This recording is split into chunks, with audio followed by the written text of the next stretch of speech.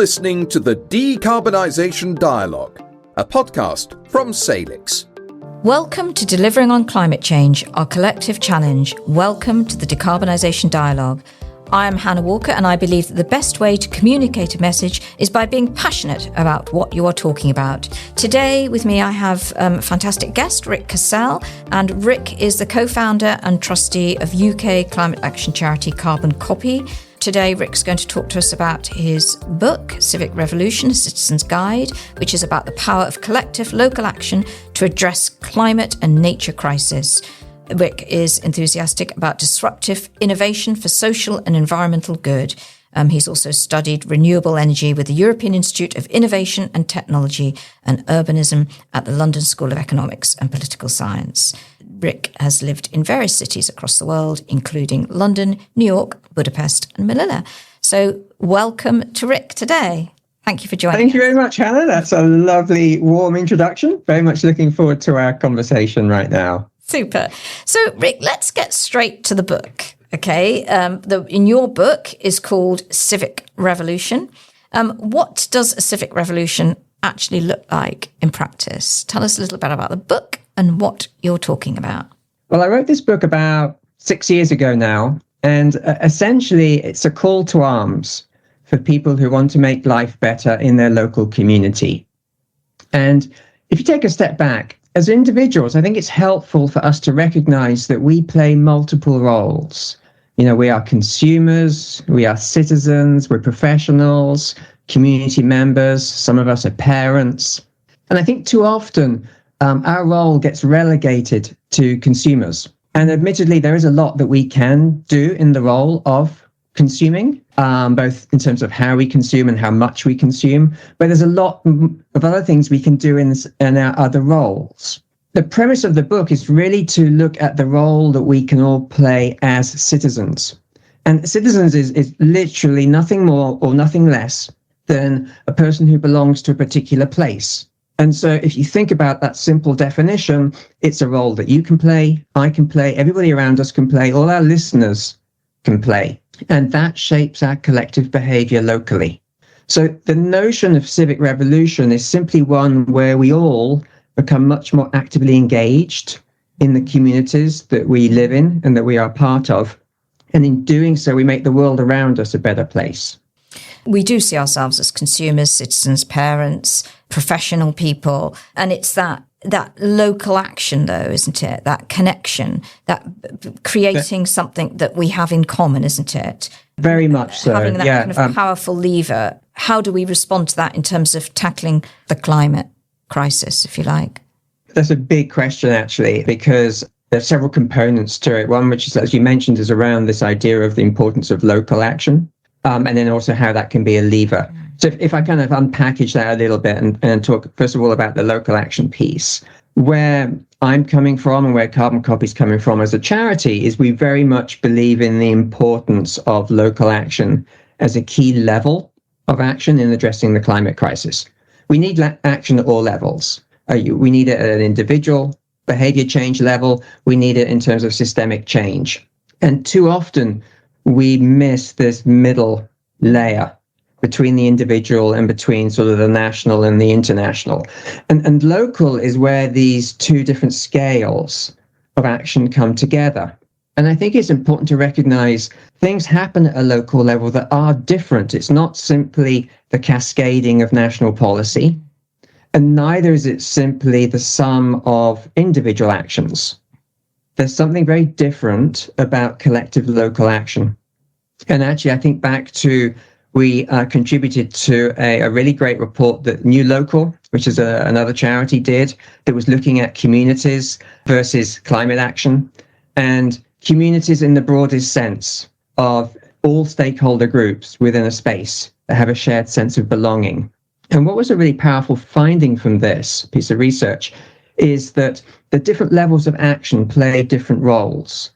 And local, very specifically, is very strong in terms of legitimacy, in terms of people accepting what goes on at a local level more readily, for instance, than, say, international. And it's very strong in terms of the ability to adapt, because adaptation is intensely local. And so whereas if you think about mitigation and what you can do over prevention, that tends to be something that's more led or more effective at an international or national level. And if you think about responsiveness, that's something that you can do very much more so individually. But local is where you have some different things happening, and therefore that's why it plays a really important role in the mix. So that's kind of a long-winded answer around kind of local action. I think also another really important thing to emphasize is the idea of collective action as well. When we think about local action, it isn't just simply the sum of what individuals are doing or the sum of what happens at a household level. It's the actual coming together of people in groups across different organizations, across different sectors, in order to collectively shape what's happening in the shared space and places where people live and work. And that's pretty powerful. And there's things that you can clearly do collectively that you can't do individually. So, for example, getting involved in, say, a community energy project to generate renewable energy, a library of things, or other kind of collective initiatives that are driving a local circular economy, or, for instance, looking after a shared green space in your urban area or in your urban neighborhood. These are the things that require people to come together, and they have very often a more tangible and lasting impact. And that's quite motivating for those involved, and it's quite motivating for those people that may be considering joining in. And that's where it can be quite a powerful lever, because it can really help individuals to take that next step and get more involved. And it can also help nationally in terms of thinking about policy and policy implementation, because policy implementation happens, it's a place-based thing. It doesn't kind of happen in the ether. So this is where policy gets implemented. Local action is this powerful bridge between almost like these two ends of a spectrum. At the one end of the spectrum is individual, and at the other end of the spectrum is national or international policy.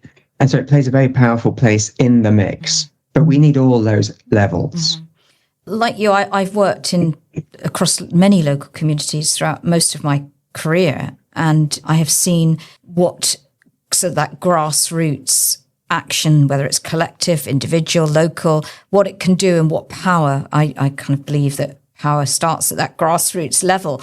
But not all communities are good at it, or some communities are better at it than others. There are some groups and some, you mentioned green spaces. You can use kind of community action to talk about school crossings. You can use community action to talk about better housing, whether people keep their post office, whether people keep their police stations, whether people keep their green park from development, etc.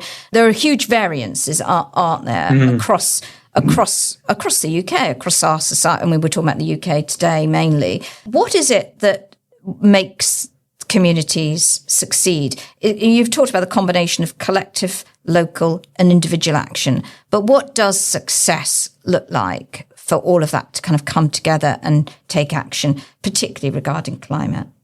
Fantastic question, and a really difficult question to answer, but I will do so. But just as a bit of a preamble, one of the things that we're quite fortunate a place to be in at Carbon Copy is we've had lots of people from lots of different organizations share their climate action stories on our website. That's one of the things that we're known for, is we've essentially got a really rich national collection of stories. We've got, I think, over 700 now. It's interesting to look at the different patterns, depending on how you slice and dice all the different stories. So there isn't necessarily one single way or solution, which is kind of what you would expect. And partly that depends on where you are on your journey. So there's lots of variables in that mix. So are you just starting out? Are you partway through? Is it a project that you wish to expand in some way? So one is just kind of like, where are you in your project implementation? And then sort of, where are you around the UK? Is it urban environment? Is it rural? That makes quite a big difference.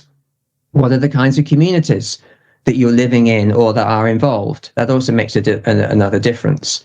So in some ways, finding out what some of those success factors are depends a little bit on where you are in your journey, and therefore what the next step could look like and where you would need some help. But what we've done is, and this is some exciting news, so it's great that you're asking me this question now. We've just completed a big piece of research where we commissioned Eunomia to answer essentially the question you've just asked me, which is to find out how some local climate initiatives achieve such remarkable impact.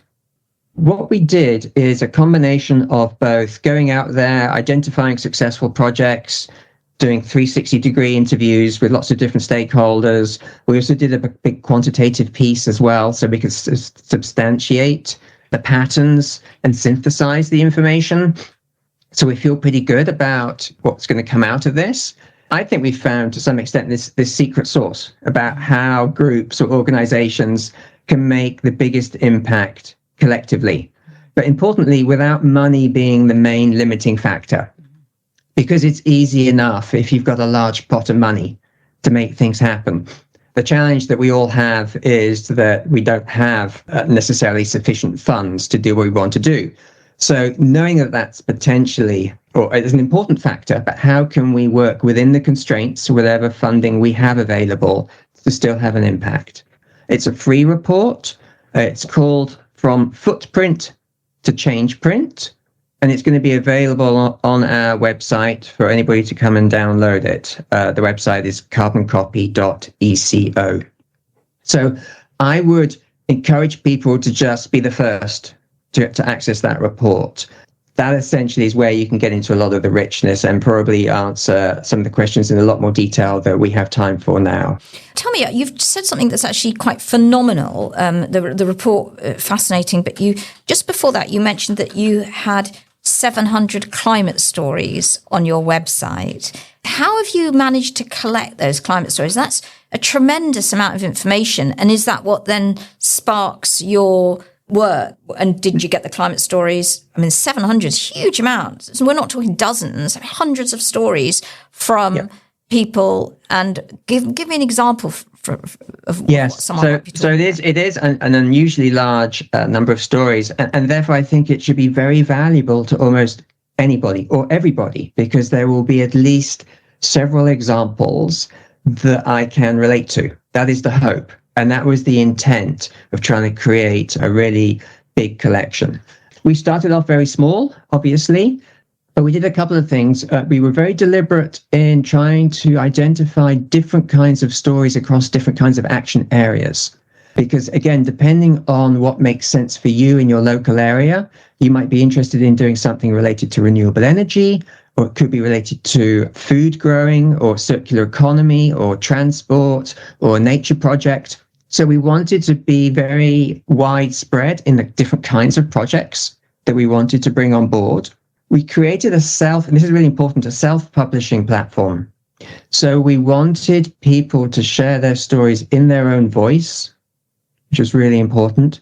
And we asked those people, and these people are the people that are involved in the projects, to share what advice they would give other people that wanted to do something similar. Because that's really rich. And the feedback that we get is that people want to learn from other people about as much what not to do as what to do. And so this is a very honest space where people have come together, shared their achievements, but also given some valuable tips about what other people should do. And this is behind the idea of the charity. You know, our name is Carbon Copy. And we really believe that copying these success stories is going to be one of the fastest ways for us to scale up. And so we've essentially built this out. The self-publishing platform helps, because it means that we aren't a bottleneck. People are basically sharing their stories and coming forward. It's very easy to publish. And because we've got this critical mass, it's becoming increasingly useful for lots of people to say, well, I would like to see this kind of project either geographically close to me, or involving communities like mine, or organizations of a similar size to me. So again, you can look at it in different ways to identify some projects that are maybe one step ahead of you, and therefore that's very valuable. Getting back to that idea of where are you on your journey, what kind of help do you need, and where's the proof points of people that have gone before me and succeeded, and maybe what I should look out for, or what I should do differently. So that's where we are, and that's a real asset. And again, that's just on the website, and we encourage people to, just really explore that and enjoy the very positive stories that are being shared. The one thing that I find personally is that this space of addressing the climate crisis can be quite tough, as we know, for various reasons. However, what we see in terms of the stories that are shared, in terms of collective local action, is a very uplifting narrative, because people are basically just getting on with it. And yes, there are barriers to overcome, etc., etc. But nonetheless, I think action and that sense of agency is really empowering. And so you are reading all these countless stories of people coming together and achieving real things. And they are very copyable. So the idea of, well, it's really small and how is this going to make a difference to something as large scale as the climate? I challenge that narrative, because you are able to scale by copying. You're able to scale by sharing.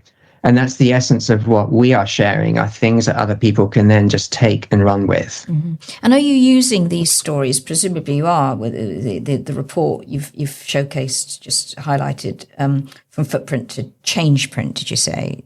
Yes. To change print. Are you using these stories to help you influence policy? Because there is obviously this question around, is the action coming from people? And because most people do care about climate, most people understand that something is happening to our climate. Maybe the science is a little bit complicated, and we've yet to talk about how we can adjust that language to make it more accessible.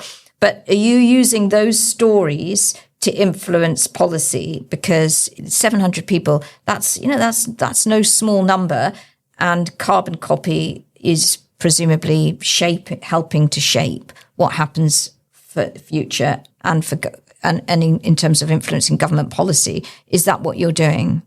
We are, to a certain extent. The body of evidence is pretty powerful, and we like to think that it helps influence certainly positive upward pressure in terms of thinking about national policy, and also creating a sense of a new social norm. That's ideally what we want, is we want mass adoption. So this idea that this isn't unusual behavior, but it feels very commonplace, is a pretty powerful underlying message to send out. But in terms of who's actively using these stories to, for instance, influence policy, that's something that, we would give up to other organizations that are more in the policy think tank area. So again, it's a resource that we make available to those people to do. Depends which way they're facing, whether they're facing, if you like, more towards government and Westminster and influencing policy, or whether they're facing more towards what can we do in our local area, and give me an example of what success could look like. So we're basically looking in two directions, or hopefully we're serving people that are looking in both directions. I think in terms of ambition, though, if anything, we see a lot of evidence that at a local level, that's more ambitious rather than what we see at national. And we kind of see that through, for instance, the citizens' assemblies and what comes out of that, and what people are looking for, and what would they aspire to see. We see that in just the sheer number of local authority areas that have net zero targets of 2030 or 2040 compared to the national 2050. Now, there is a separate question that we need to address, which is they're still very challenged to arrive at that. And it's a very, very difficult target to aim for.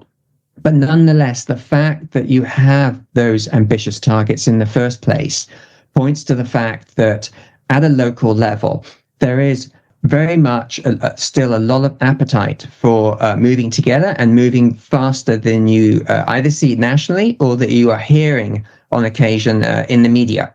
And I think it's exciting to see that ambition, because essentially it means from a national perspective, you're pushing against an open door. And in many ways, the government is perhaps playing a little bit of catch up in terms of what people and some of the local authorities want to see. Indeed. But we need both. You're right. We have got these very ambitious targets. We've got 2030. We've got, I think, NHS 2045. We've got 2050 targets. Indeed, very, very ambitious. But so what's your view on this backlash, if you like, on the net zero, or at least the phrase net zero? Or should we be changing that terminology altogether? Is it just a word, a phrase? It's turned into a little bit of a hot potato, hasn't it? Yes. Net zero has always been a policy metric, to my mind, and not a means of engaging the wider public. And so I agree with Lorraine Whitmarsh. You've probably come across her. I'm sure lots of your listeners have. We spoke to her on our podcast, actually. She's been a previous guest. Yes. Exactly. And she was doing something for, I think, the Environmental Audit Committee back in January. And she was saying, net zero is a technocratic phrase that doesn't resonate widely with the public and is starting to polarize opinion.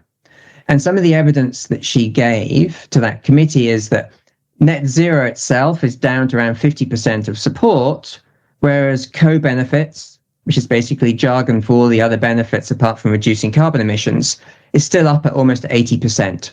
And so the issue, to my mind, with net zero is that it's psychologically distant. It's like the climate crisis itself. The gap between achievements in net zero gains and improvements in our daily lives is too big for us to equate, one with the other. And at the same time, unfortunately, this is where it's becoming polarizing. There's this association of net zero with a sense of sacrifice, loss avoidance. It's something that everybody guards against. And so I think it's a very difficult lead in terms of messaging to have net zero. And so it's fundamentally too reductionist. It's looking at just carbon reductions, and it's overlooking all the other positive benefits from taking climate action.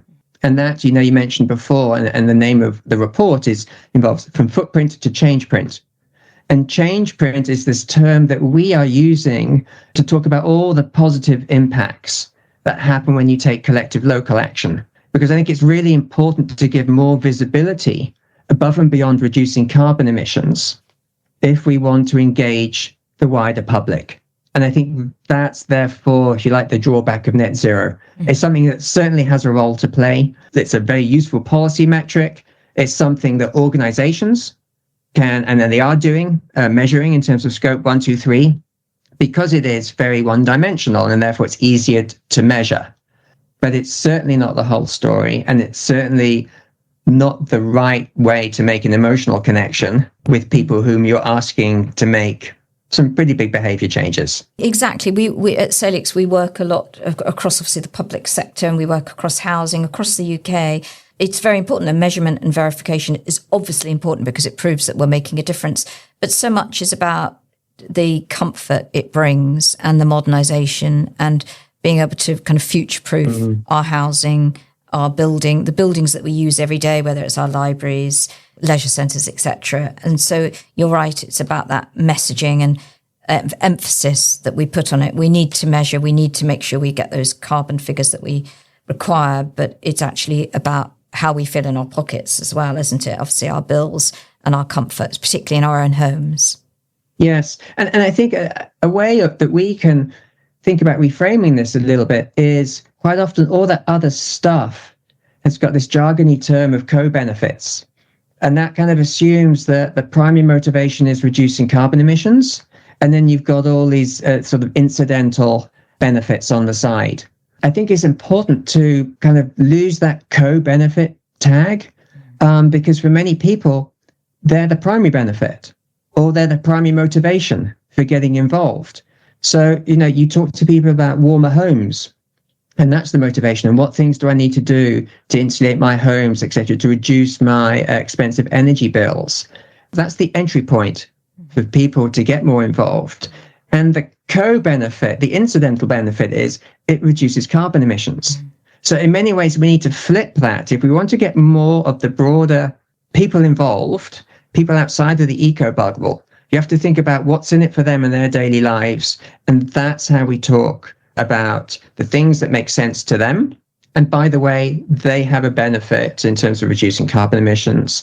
And they also will probably have a benefit, hopefully, in terms of positive impact on nature. Thank you. Thank you very much to Ric Casale today for joining us. Ric Casale from Carbon Copy, who's a co-founder and trustee of the UK Climate Action Charity, and for talking to us about the report From Footprint to Change Print. Fascinating work. Don't forget to subscribe to our podcast channels and email us with your views. We'd love to hear them at podcast@salixfinance.co.uk. Big thanks to Ric today. Thank you very much, Hannah. It's been a pleasure. Thank you. You've been listening to the Decarbonisation Dialogue, a podcast from Salix. For more information about our work and to find more content, please visit salixfinance.co.uk/podcasts.